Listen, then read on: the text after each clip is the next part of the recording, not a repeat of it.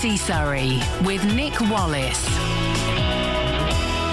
Very good morning to you. This is BBC Surrey Breakfast. But first, the much maligned East Surrey Hospital in Redhill is currently undergoing a £14 million redevelopment programme. BBC Surrey's Adrian Harms dropped by to take a look. Let's have a word to Ian Mackenzie, who's the Director of Information and Facilities here at the East Surrey Hospital. Ian, it all looks mighty impressive. It is, isn't it? And then what's most impressive to me is the fact that it was only in July that we sat down for the first time and talked about building it, and here we are 7 months later and it's open.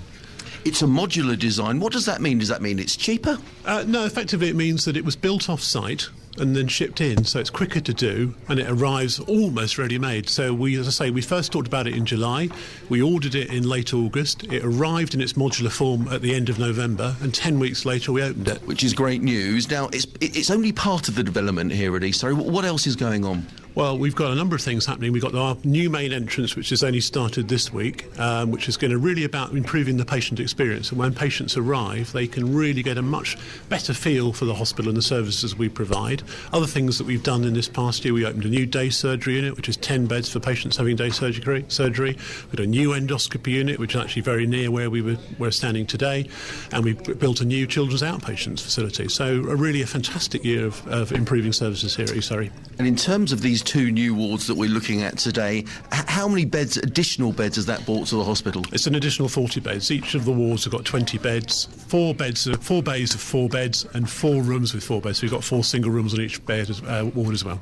And in terms of the £14 million, how much has been spent and how much more have you got to spend? Well, we'll spend almost all of it by the end of this financial year, and next year we're hoping to spend about the same amount again on a whole range of new projects. And one of the things that's really key and has shown us by opening these 2 new wards, which everyone has seen as being so fantastic, is we need to try and get other wards up to the same level of quality and finish, including things like the patient entertainment system and the food serving.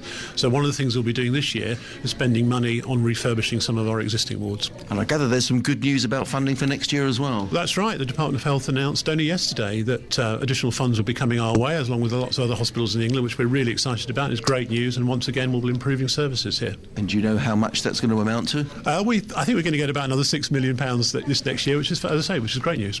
The hospital's had a lot of criticism in the past for cleanliness and waiting lists. Has the hospital now turned the corner?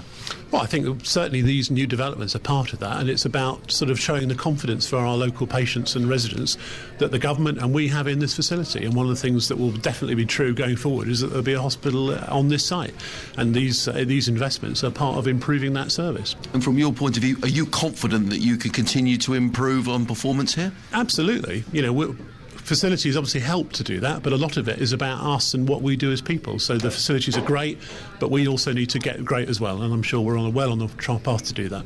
Ian Mackenzie, the Director of Information and Facilities at East Surrey Hospital, speaking to BBC Surrey's Adrian Harms. Well, if you're in the Farnham area and you usually use the train to get about,